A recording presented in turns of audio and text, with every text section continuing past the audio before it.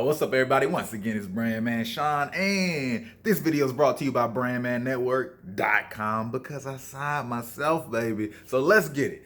Lil Nas X Rodeo. The thing just dropped not too long ago, and here's my opinion from a marketing branding standpoint, because y'all already know, that's just what I do. From a song standpoint, just a regular fan, I rock with it. I like it. You know what I mean? I definitely like the energy of it, but I got some small little things I'll have to say about that in a second too. But marketing and branding, I think it was a great move because one of the hardest things, when people don't understand, like one of the hardest things to do when you're at that level and you have that level, that type of success, is trying to repeat that level of success. It's just probabilistically impossible almost, right? To have that level of success back to back. So the best move, right, when you're that type of artist, and most people don't do this, but it feels like they might be doing this is when you're that type of artist and you blow up, you're now up here, right? Just pretend that you have this astronomical hit, you're up here, and while you're up here, you get connected and seen and viewed by all these random people, all these different types of fans, right? But you cannot stay up here. So the best thing you can do is say, where am I gonna land? All right, you look down at all these different cities, right? These different types of fans, these different pockets, and say, where am I gonna land? Which one makes the most sense for me to land in? Where would my fan base actually be? Because this thing, obviously it was cross-genre in terms of hip hop and country, but it touched a lot of people outside of just those two genres that the song encompassed, right? It was just a hit in general, straight commercial hit. But a lot of those people on the other sides of things, when you just couple Lil Nas's type of talent and what comes more natural to him, was more like the type of music he's made before and where his best future is probably gonna be, it's gonna be more on the hip hop side, right? He's never gonna be a legitimate hip hop artist.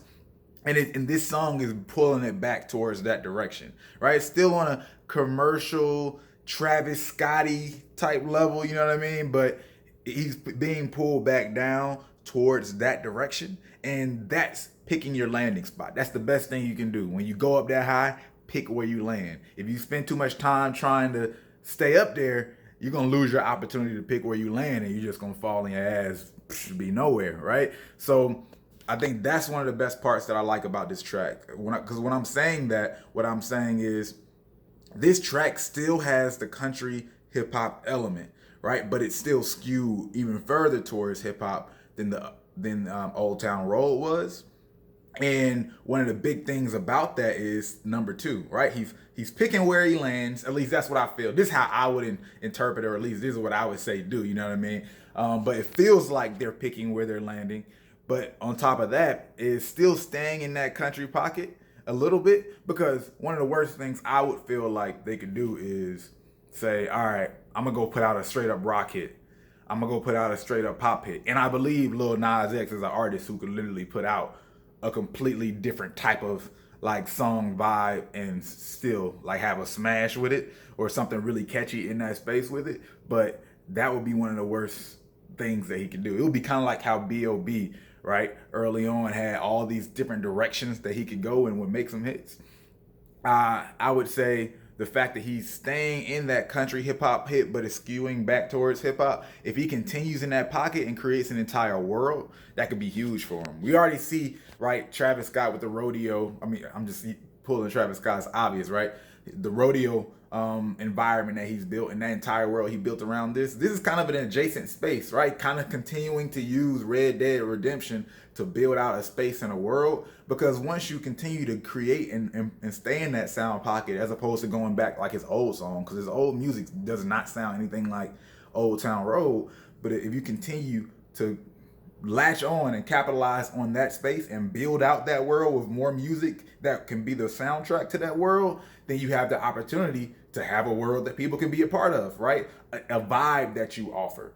Because that would be one of the worst things, again, that you could do is have this new space that you're kind of pioneering, but then just go back in a completely different direction. Some people who are hyper creative, right? That's what they do. right? They'll always break these small little barriers and then go in a different direction, and they never get the benefits from it. But if you're talking about from a long-term career standpoint, from a music business standpoint, the best move is to continue to build on this world. So I like that part of the song too, the fact that it's just in that same space, that atmosphere. So it'll allow him to build aesthetics around it. It'll allow him to build all kind of visuals, right? So that part is dope. Last but not least is the Cardi B feature though. All right, that part is growing on me. I don't think she ruined the song completely, but it's definitely growing on me. It changes the vibe of the song. So this is just more from a fan standpoint. Then I'll talk from a business standpoint. But like, yeah, that's just, I don't know. It's growing on me, but I don't dislike it. I don't dislike it completely. I just felt like there might have even been something better. I understand Cardi thing from a business standpoint because you already know that you're not going to have another Old Town Road. Right? You're not going to count on it. You know that it's not smart to count on having another Old Town Road. But from a label standpoint, you have to realize that basically it's like the stock market in the same way. The label and music relationship to me is like the stock market, or matter of fact, the label and artist relationship. And what I mean by that is there's a lot of companies that actually shorten their lifespan by trying to cater to the Wall Street stock market, right? Because you're trying to hit these numbers look good on paper, accounting wise, so you make moves, and those moves that are good for accounting, that look good in the short term to make sure you meet your numbers this year or this quarter, are oftentimes, a lot of times, oftentimes, they're the wrong move for long-term business. Right? You could say I report a profit this year, something, or you could say I'm going to reinvest this year and reinvest. That's why you have some businesses that go years without making a profit because they're so busy reinvesting and they're even losing. But it's for long-term gain when they dominate in the future versus right now. Now, how do I get there? Bringing that back to the label artist relationship, this is what it looks like, right? A lot of times making that move in the short term, right? A lot trying to make another hit. You can get something in the short term, just like Fetty Wap, hit. That's cool, and you keep on hitting those numbers.